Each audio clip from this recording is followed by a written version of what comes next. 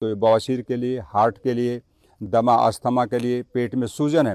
देखिए शोथ कहीं पर भी है बॉडी के अंदर, हर जगह शोथ को दूर करेगा। हर बीमारी को दूर करने का सामर्थ्य अगर किसी पौधे में है तो ये है मकोए। इसके अंदर औषधीय गुण भरपूर हैं। इसमें फल लगे हुए हैं छोटे छोटे, आप देख रहे हैं। ये पकने के बाद में काले हो जाते हैं। ये दो प्रकार की होती है, एक रेड कलर के फल होते हैं और एक ब्लैक कलर के होते हैं, लेकिन ये ब्लैक वाली और यही ज़्यादा उत्तम मानी जाती है। नेत्रों के लिए, आँखों की कोई भी बीमारी है, चाहे कम दिखता है, रात्रि में नहीं दिखता है, आँखों में लाली है या दर्द होता है, ज्योति धीरे धीरे हमारी कम होती जा रही है, किसी भी अवस्था में नेत्र रोगों में आप इसका प्रयोग कर सकते हैं। इसके पत्तों का भी प्रयोग किया, इसका पंचांग प्रयोग करते हैं। पंचांग का अर्थ होता है इसका जड़, इसका तना, इसके पत्ते, इसका फल और इसका फूल, उसको पंचांग कहते हैं।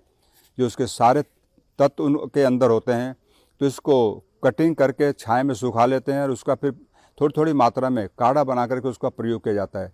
तो नेत्रों के लिए उपयोगी है। दूसरा, बवासीर के लिए आज हम देख रहे हैं लगभग लोगों को, अधिकांश भाई और बहनें पीड़ित हैं बवासीर से। पायल्स होती क्यों है? देखिए उसके होने में, अगर आप अधिक मात्रा में पपीते का प्रयोग करते हैं, बहुत ज़्यादा पपीता खाते हैं, तो ऐसी अवस्था में भी आपको बवासीर हो जाएगी। दूसरा, हम जो बाहर की चीज़ें खाते हैं, जंक फूड खाते हैं, फास्ट फूड खाते हैं या रखा हुआ भोजन खाते हैं, उन सभी अवस्थाओं में हमें पायल्स होती है। कॉन्स्टिपेशन अगर आपको हो गया तो समझना 2-3 साल के बाद में पायल्स होनी निश्चित है। तो ऐसी अवस्था में हम क्या करें? हम शुद्ध सात्विक आहार लें, सब्जियों का ज़्यादा प्रयोग करें। और देखिए आपकी जानकारी के लिए, साग का प्रयोग नहीं करना चाहिए। आपका मेथी का साग, पालक, सरसों और चने का साग, जो हरी पत्ती वाली बात कर रहा हूँ, कई प्रदेशों में इसका बहुत मात्रा में प्रयोग किया जाता है। तो ये 8 बीमारी पैदा करता है साग। प्रकरण आ गया तो मैं आपको बताना चाहूँगा। एक तो हड्डियों को गलाता है, दूसरा सुंदरता को नष्ट करता है, जिसके लिए हम लाखों रुपया खर्च करते हैं साल में, और तीसरा शक्ति का ह्रास करता है, बुद्धि का नाश करता है साग, और मेमोरी को लॉस करता है, बालों को बिना समय सफ़ेद करता है और नेत्र ज्योति को का नाश करता है। साग की बात कर रहा हूँ, मेथी, पालक, सरसों, चना। इसका साग खाएंगे तो आपका, इसका साग भी बनता है, इसका साग भी बना के खा सकते हैं आप, लेकिन उन सागों का प्रयोग आयुर्वेद में निषेध किया गया। तो ये बवासीर के लिए, नेत्रों के लिए, हार्ट के लिए आज हम देख रहे हैं हर गांव के अंदर। पहले ये बीमारियां शहरों में होती थी, लेकिन अब धीरे धीरे गांव में पहुंची, क्योंकि गांव का व्यक्ति आलसी हो गया, काम नहीं करता। ट्रैक्टर आ गया, उसका प्रयोग करता है और भैंस का दूध पीता है। आपकी जानकारी के लिए, भाई और बहनों के लिए, भैंस का दूध पीने से कोलेस्ट्रॉल बढ़ता है, और कोलेस्ट्रॉल की मात्रा जब बॉडी में बढ़ेगी तो हार्ट की प्रॉब्लम बढ़ेगी। तो इसलिए गाय का दूध पीना चाहिए। गाय का दूध सात्विक होता है और गाय भी देसी।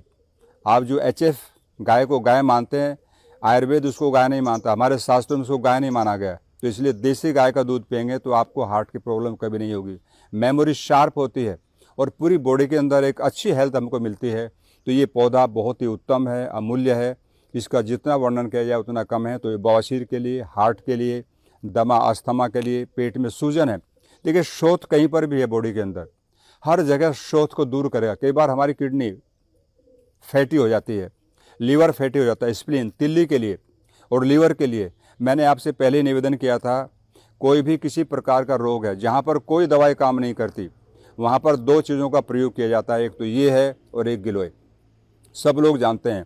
तो आप इस पौधे का प्रयोग कर सकते हैं, इसका पंचांग का प्रयोग कर सकते हैं, इसका पत्तों को लेकर के साग बना के खा सकते हैं, और या इसका पंचांग लेकर के उसका काढ़ा बना करके ले सकते हैं। तो ये बहुत ही दिव्य पौधा है। इसका नाम है मकोय, इसको काक माची भी कहते हैं, और जगह जगह क्षेत्रों में कोई भबोलन के नाम से जानता है, अलग अलग इसका नाम है। तो बहुत ही दिव्य प्लांट है, और मैंने इसको उखाड़ा यहीं से, अभी हम इसको रोप देंगे, ये फिर हो जाएगा। तो आप इसको अपने गमले में भी लगा सकते हैं। ये कुछ ऐसे पौधे हैं आयुर्वेद में जो हम गमलों के अंदर भी इसका प्रयोग कर सकते हैं। तो मैं चाहूँगा जो भी भाई बहनें हमारे इस कार्यक्रम से जुड़े हैं वे इसका प्रयोग करें और साथ में अपने मित्रों को बताएं, क्योंकि एक व्यक्ति का संबंध लगभग 100 व्यक्तियों से होता है। यदि आप इसका प्रचार प्रसार करेंगे तो ये भी बहुत बड़ी आपकी एक लोगों पर उपकार होगा। वो इसको जान करके प्रयोग करेंगे और इन बीमारियों से दूर रहते हुए अपने आप को अच्छी तरह से जीने का कार्यक्रम उनका होगा और वो सुखद अनुभूति कर सकेंगे।